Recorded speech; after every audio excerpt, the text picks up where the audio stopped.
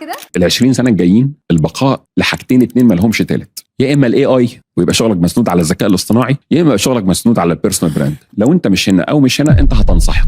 مش عايز تنسحق صح؟ يبقى ما ينفعش تفوت الفرصه دي. جامعه بيتس بيلاني واحده من اقوى الجامعات في اسيا اطلقت برنامج اونلاين لايف مدته 6 شهور في مجال البرودكت مانجمنت والجنريتيف اند اجنتيك اي اي. ولا مش محتاج تكون بتعرف تبرمج، البرنامج ده عالمي ومناسب لاي حد بعد الثانويه سواء كنت محترف او مجرد مهتم بتعلم الاي اي. هيكون بار تايم 100% لايف وفي تسجيلات متاحه لو فاتك اي درس. البرنامج ده هيعلمك حاجات كتير جدا، عد معايا. هتعلم ازاي تبني اي اي بوتس وسمارت داتا اسيستنتس، هتعلم ازاي تبني فيتشرز حقيقيه باستخدام شات جي بي تي ولارج لانجويج مودلز وادوات من غير كود اصلا. وكمان هتتعلم من خبراء عالميين زي البروفيسور فيليب زيرولو واللي كان في اي اس بي كيلو واس ام يو ودلوقتي في ساسن، واساتذه من بيتس بيلاني من خلال مشروعات حقيقيه من الواقع. في النهايه هتتخرج مشروع شغال وشهاده معترف بيها عالميا من كليه اداره الاعمال في بيتس بيلاني. واحسن حاجه فعلا ان تكلفته اقل بكتير من اي برنامج تاني من نفس النوع، وافضل مشاريع هتاخد فرصه تعرض فكرتها قدام مستثمرين. وكمان هتتعلم من ناس شغاله في جوجل وامازون وجامعه بيتس نفسها من خلال مشاريع تطبيقيه وعمليه. وخد بالك عشان الوظائف اللي بتعتمد على الذكاء الاصطناعي بتزيد 3.5 مره اسرع من اي شغل تاني في السوق، يعني الفرصه دي بجد ما تتعوضش. اختبار القبول هيكون يوم الاحد 27 يوليو وهم هيختاروا مجموعه صغيره بس من اللي مقدمين، والاختبار ب $10 بس، وبيرجعوا لك فلوسك كامله لو ما كملتش او ما اتقبلتش. هسيب لكم لينك التقديم عندي في البايو، لو دوست عليه هيفتح لك صفحه التسجيل على طول، او اكتب بس كلمه اي اي في كومنت وانا هبعتهولك.